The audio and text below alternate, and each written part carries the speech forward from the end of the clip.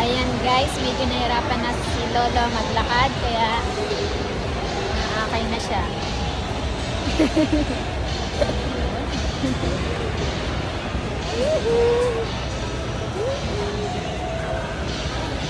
Yeah, congrats! Congratulations!